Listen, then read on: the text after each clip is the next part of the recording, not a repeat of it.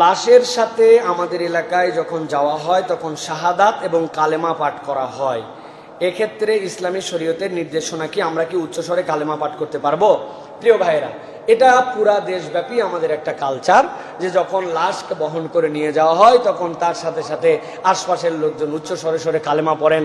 40 ধাপ যাওয়ার পরে পরে কাঁধ বদল করেন এবং ওই কাঁধ বদলের সময় আবার নতুন করে আশহাদু ইল্লাল্লাহ আশহাদু আল্লা ইলাহা ইল্লাল্লাহ ওয়াহদাহু লা শারীকা লাহু এইগুলা পড়েন।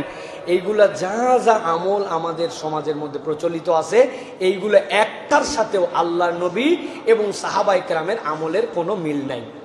নবী করিম সাল্লাল্লাহু আলাইহি ওয়াসাল্লামের ব্যাপারে বলা হয়েছে, কানা রাসূলুল্লাহ সাল্লাল্লাহু আলাইহি ওয়াসাল্লাম ইযা কানা ফি জানাজাতিন, নবী করিম সাল্লাল্লাহু আলাইহি ওয়াসাল্লাম যখন কোনো জানাজার মধ্যে যেতেন, আকসারাস সুকুতা ওয়া হাদাসা নাফসাহু, নবী করিম সাল্লাল্লাহু আলাইহি ওয়াসাল্লাম অধিকাংশ সময় চুপ করে থাকতেন আর ভিতরে ভিতরে তিনি চিন্তা করতেন। সাহাবায়ে কেরামের আমলকে তাবেঈনে কেরাম এক করেছেন, করার পরে তারা বলেছেন সকল সাহাবীরা তিনটা ক্ষেত্রে সবচেয়ে বেশি চুপ করে থাকতেন। 1 নম্বরে যুদ্ধের যখন কাতার সোজা করা হতো চুপ করে থাকতেন। 2 নম্বরে জানাজা যখন নিয়ে যাওয়া হতো চুপ করে থাকতেন। 3 নম্বর যখনই কোরআন তেলাওয়াত কোথাও শুনতেন তারা চুপ করে থাকতেন। তাহলে সাহাবী এবং রাসূলুল্লাহ সাল্লাল্লাহু আলাইহি ওয়াসাল্লামের আমল ছিল জানাজার সাথে চুপ করে থাকা, আর আমরা এই জায়গাতে কালেমা পড়া শাহাদা পড়া এটাকে আমল বানাইছি। তাহলে মিলল?